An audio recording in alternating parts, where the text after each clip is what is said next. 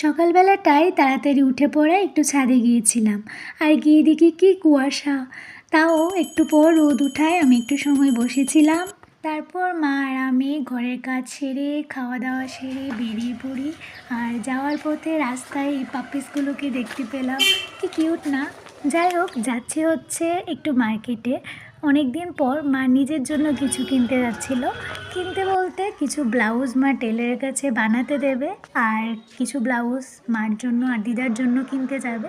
তো সেই মতোই টেলারের কাছে দিয়ে আমরা চলে আসি হকার্সে। তারপর চূড়ান্ত রকমের বার্গেনিং করে মা নিজের জন্য ঠিকই কিছু ব্লাউজ কিনে নিল, আর একটা দোকান থেকে সবগুলো কিনেছি।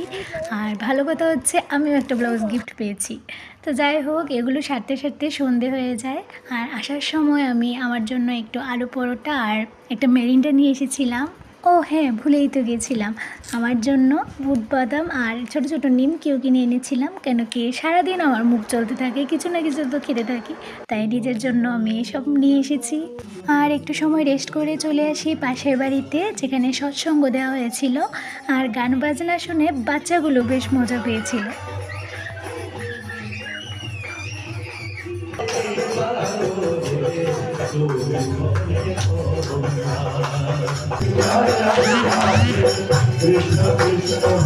তারপর সবাই লাইন ধরে প্রসাদ নিয়ে চলে আসি বাড়িতে।